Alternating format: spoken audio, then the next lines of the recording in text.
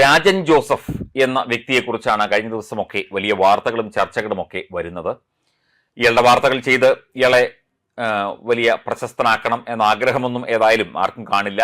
എന്തായാലും ഇയാളുടെ വാർത്തകൾ അല്ലെങ്കിൽ ഇയാളുമായി ബന്ധപ്പെട്ട വാർത്തകളൊക്കെ ജനങ്ങൾ കാണുന്നുണ്ട്. ഇയാൾ ഒരു മാധ്യമ പ്രവർത്തകനെയല്ല, ഒരു പത്രപ്രവർത്തകനെയല്ല.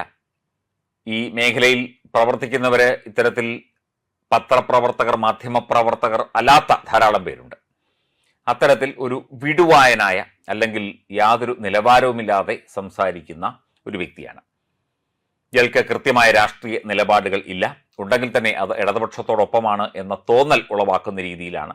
ഇയാളുടെ ഒപ്പമുണ്ടായിരുന്ന പലരും ഇപ്പോൾ പ്ലേറ്റ് മാറ്റിയിട്ടുണ്ട്. ഇടതുപക്ഷത്തിന് വേണ്ടി വാദിച്ചു കൊണ്ടിരുന്ന പലരും ഇപ്പോൾ കോൺഗ്രസ്സുകാരായിട്ടും കോൺഗ്രസിന്റെ സമുന്നതരായ ത്യാഗം സഹിച്ച നേതാക്കളായിട്ടൊക്കെ തന്നെ മാറിയ കാഴ്ചയും കാണുന്നുണ്ട്. ഇയാൾ പ്രവർത്തിച്ച സ്ഥാപനവുമായി ബന്ധപ്പെട്ട മാറ്റങ്ങളാണ് ഇപ്പോൾ കണ്ടുകൊണ്ടിരിക്കുന്നത്.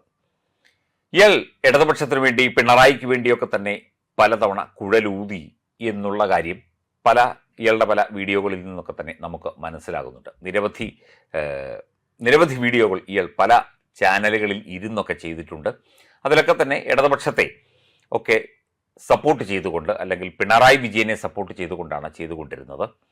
ഇപ്പോൾ കോൺഗ്രസ് നേതാവായ ഒരു സ്ത്രീ നൽകിയ പരാതിയിലാണ് ഇയാൾക്കെതിരെ ഇപ്പോൾ ഈ നടപടി അടൂർ പോലീസ് എടുത്തിരിക്കുന്നത്. ജാമ്യമില്ല വകുപ്പാണ്. സ്ത്രീത്വത്തെ അപമാനിച്ചു, ആ സ്ത്രീയെക്കുറിച്ച്, ആ രാഷ്ട്രീയ പ്രവർത്തകയെക്കുറിച്ച് വളരെ മോശമായി ഇയാൾ സംസാരിച്ചു എന്നുള്ളതാണ് അവരുടെ പരാതി. നിരവധി വീഡിയോകൾ ഇപ്പോഴും ഇയാൾ പ്രവർത്തിച്ച ചാനലിൽ കാണാം എന്നും അവർ മാധ്യമങ്ങളോട് പറയുന്നുണ്ടായിരുന്നു. ഇയാളുടെ ഏറ്റവും പ്രധാനപ്പെട്ട കുഴപ്പം എന്ന് പറയുന്നത് ഇയാൾക്ക് കൃത്യമായ സൈബർ IT നിയമങ്ങൾ അറിയില്ല എന്നതും, ഇയാൾ ഒരു മാധ്യമ പ്രവർത്തകനല്ല, അല്ലെങ്കിൽ മാധ്യമ നൈതികത, മാധ്യമധർമ്മം എന്ന് പറയുന്നത് അറിയില്ല എന്നും, യാതൊരു നിലവാരവുമില്ലാതെ ആരെയും എന്തും പറയാം, പ്രത്യേകിച്ചും സ്ത്രീകളെ അടക്കം എന്തും പറയാം എന്നുള്ള അഹങ്കാരവുമാണ് രാജൻ ജോസഫിന് വിനയായത്. ഇതുപോലെ നിരവധി പേരുണ്ട്. യാതൊരു നിലവാരവുമില്ലാത്ത കാര്യങ്ങൾ വിളിച്ചു പറയുന്ന നിരവധി പേരുണ്ട്. അവർക്കൊക്കെ തന്നെ നിയമപരമായ ഒരുപാട് തിരിച്ചടികളും കിട്ടിയിട്ടുണ്ട്. നമ്മൾ ഒരു കാര്യം പറയുമ്പോൾ അതിനകത്ത് അല്പം മാന്യതയും സഭ്യതയും പുലർത്തേണ്ടതുണ്ട്. നിങ്ങൾക്ക് സ്ത്രീകൾക്കെതിരെ വാർത്തകൾ ചെയ്യാം, അല്ലെങ്കിൽ സ്ത്രീകൾ കുറ്റവാളികളായിട്ടുള്ള കുറ്റകൃത്യങ്ങളുമായി ബന്ധപ്പെട്ട റിപ്പോർട്ടുകൾ കൊടുക്കാം, വിശദീകരണങ്ങൾ കൊടുക്കാം. പക്ഷേ അതിനൊക്കെ ഉപയോഗിക്കേണ്ട പദങ്ങളും അല്ലെങ്കിൽ അതിനൊക്കെ ചേർക്കേണ്ട ചില പ്രയോഗങ്ങളും ഒക്കെ തന്നെയുണ്ട്. അത് തീർച്ചയായിട്ടും എല്ലാവരും അറിഞ്ഞിരിക്കണം. സമൂഹത്തിൽ അപമാനിക്കുന്ന രീതിയിൽ സ്ത്രീകളെ, പ്രത്യേകിച്ചും സ്ത്രീകളെ, കുട്ടികളെയൊക്കെ അപമാനിക്കുന്ന രീതിയിലേക്ക് യാതൊരു നിയന്ത്രണവുമില്ലാതെ, ഉളുപ്പുമില്ലാതെ കാര്യങ്ങൾ ഇങ്ങനെ വിളിച്ചു പറഞ്ഞു കഴിഞ്ഞാൽ തീർച്ചയായിട്ടും നിയമത്തിൻ്റെ പരിരക്ഷ കിട്ടില്ല. നിയമപരമായ നടപടിക്ക് വിധേയനാകേണ്ടി വരും, ജയിലിൽ കിടക്കേണ്ടി വരും. ഇതൊക്കെ ഒരു സത്യങ്ങളാണ്, ഇതൊക്കെ യഥാർത്ഥ സത്യങ്ങളാണ്.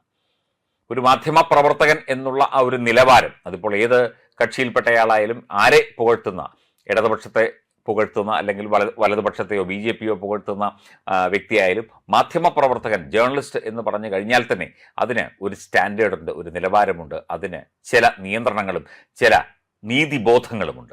അതിലൊക്കെ നിന്നുകൊണ്ട് വേണം പ്രവർത്തിക്കാൻ. അതൊന്നും അറിയില്ലെങ്കിൽ പഠിക്കണം. വായിൽ തോന്നി എന്തും വിളിച്ചു പറയാൻ ലൈസൻസ് ഉണ്ട്, അല്ലെങ്കിൽ എന്തും ഇങ്ങനെ ആരുടെയും മുഖത്ത് നോക്കി യാതൊരു ഉളുപ്പും നാണവുമില്ലാതെ വിളിച്ചു പറയുക എന്ന് പറഞ്ഞാൽ അതൊരിക്കലും മാധ്യമ പ്രവർത്തനമല്ല. ഇതൊക്കെ ഞങ്ങളെപ്പോലെ കാലങ്ങളായി മാധ്യമ പ്രവർത്തന രംഗത്ത് നിൽക്കുന്ന ആളുകൾക്ക് പോലും നാണക്കേടുണ്ടാക്കുന്ന തരത്തിലാണ് ഇവരൊക്കെ പ്രവർത്തിക്കുന്നത്. ഒരു ഫോണും, മൊബൈൽ ഫോണും ഒരു മൈക്കും ഉണ്ടെങ്കിൽ ഇറങ്ങിച്ചെന്ന് മീഡിയ എന്ന സ്റ്റിക്കർ മുട്ടിച്ച് ഇറങ്ങിച്ചെന്ന് ആരെയും ഇൻ്റർവ്യൂ ചെയ്യുകയും ആരെക്കുറിച്ചും എന്തും അസഭ്യം പോലും വിളിച്ചു പറയുകയും ഒക്കെ ചെയ്യുന്ന പ്രവണത ഒരു കാലത്ത് വളരെ കൂടുതലായിരുന്നു. ഇപ്പോൾ അല്പം കുറഞ്ഞിട്ടുണ്ട്, എന്നാലും അത് ആളുകൾ ചെയ്യുന്നുണ്ട്. ഈ രാജൻ ജോസഫൊക്കെ അതുപോലെ പ്രവർത്തിക്കുന്ന വ്യക്തിയാണ്. യാതൊരു അടിസ്ഥാനവുമില്ലാത്ത കാര്യങ്ങൾ, യാതൊരു അർത്ഥശങ്കയ്ക്കും ഇടയില്ലാത്ത കാര്യങ്ങൾ വിളിച്ചു പറയുകയാണ്. ഇത് കോടതിയുടെ പരിഗണനയിൽ ഇരിക്കുന്ന വിഷയമായിരിക്കാം, അല്ലെങ്കിൽ മറ്റ് ചില ഇപ്പോൾ പോക്സോ പരിധിയിൽ വരുന്ന കാര്യമായിരിക്കാം, സ്ത്രീ വിഷയവുമായി ബന്ധപ്പെട്ട്, സ്ത്രീകളുടെ വിഷയങ്ങളുമായിട്ട് ബന്ധപ്പെട്ടുള്ളതായിരിക്കാം. അതൊക്കെ തന്നെ ഒരു തരത്തിലുള്ള സെൻസറിങ്ങും ഇല്ലാതെ ഇങ്ങനെ വിളിച്ചു പറയുകയും അതൊക്കെ ചില യൂട്യൂബ് ചാനലുകൾ അപ്ലോഡ് ചെയ്യുകയും ചെയ്യുന്നു. ഇതൊക്കെ ഈ പതിവ് ഇങ്ങനെ തുടരുകയാണ്. അപ്പോൾ ഇത്തരത്തിലുള്ള നിയമപ്രശ്നങ്ങളെ നേരിടേണ്ടി വന്നേക്കാം.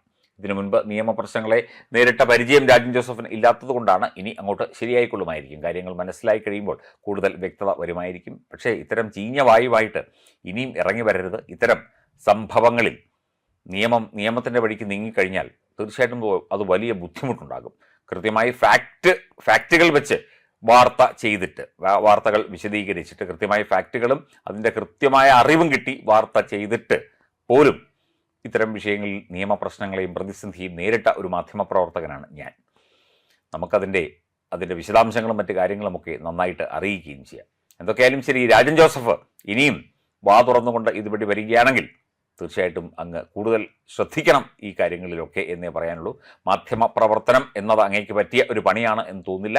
ഇത്തരം വിടുവായിത്തരങ്ങൾ പറയണമെങ്കിൽ സ്വന്തമായി ഒരു ചാനൽ തുടങ്ങിയിട്ട്, അത് വാർത്തയെന്നോ അല്ലെങ്കിൽ അങ്ങനെ പറയരുത്, എന്തെങ്കിലും ഒരു പേരിട്ടിട്ട് കിടന്ന് വിളിച്ചു പറയുകയാണ് കൂടുതൽ നന്നാവുക.